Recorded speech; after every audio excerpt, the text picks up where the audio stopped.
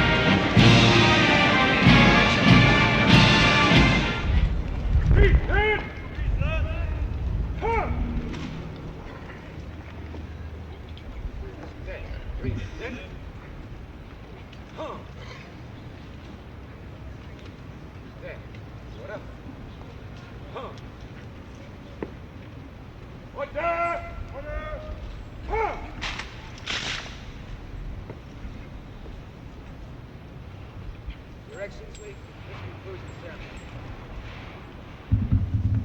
ceremony. All right. Speak first. Come on.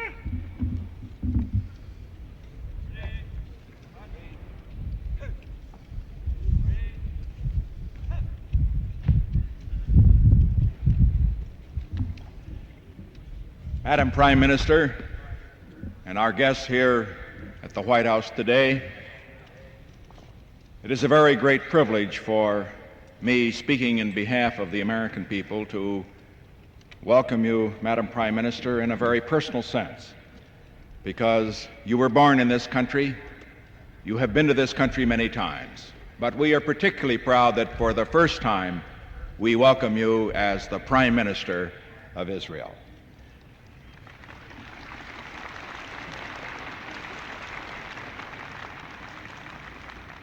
And speaking to you in that capacity as the head of government of a very courageous people, of a people who are determined to maintain their independence, who also are determined to achieve a lasting peace in the area in which they live,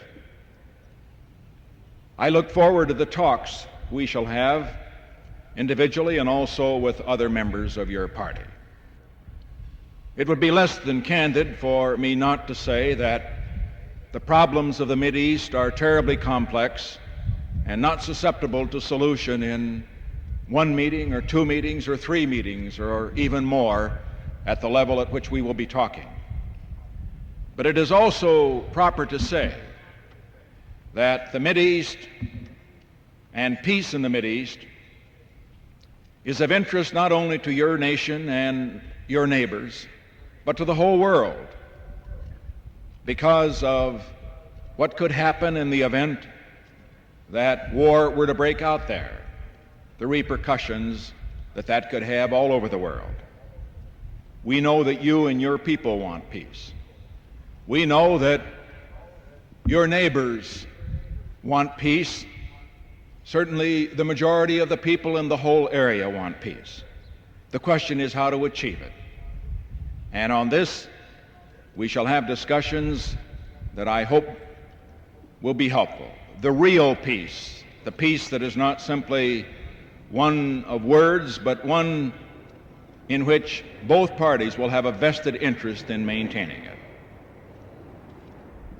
I would say finally, Madam Prime Minister, that a very famous British Prime Minister once said that one should always talk as much as possible to women, because this is the best school.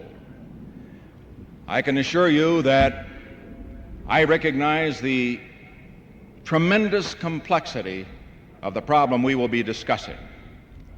I recognize that it is necessary to get the very best answers that we can to find a solution to these problems. And I realize that in talking to you, not just because you are Prime Minister, but because you are one of the outstanding women in the world of political leadership in the world, that in talking to you, I will be truly going to the best school today and tomorrow.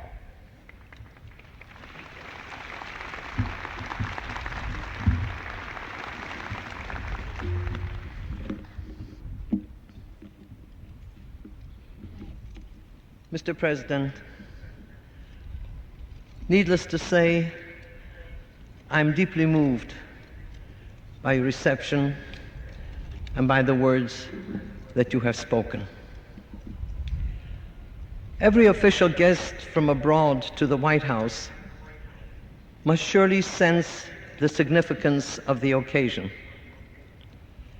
May I say this is particularly so for a representative of a people small in numbers and in resources. May I say that in receiving me here in friendship and equality, you are affirming that the attitude of the United States to other peoples is not determined by physical factors.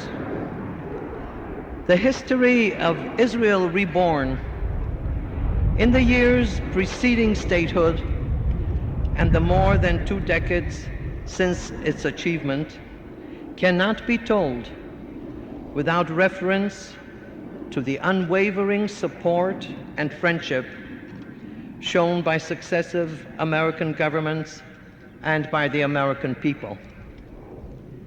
Within hours after the proclamation of our statehood, the United States government recognized Israel, and Jewish remnants from the Nazi death camps who had been largely liberated by American forces in Europe came to our shores. Mr. President, the ties between our two countries are rooted in the biblical heritage and in a common dedication to human dignity, freedom, and to democracy. We have done everything in our power to translate these ideals into the fabric of our national life. It is this sense of affinity that has encouraged us to ask for America's understanding and support in difficult times.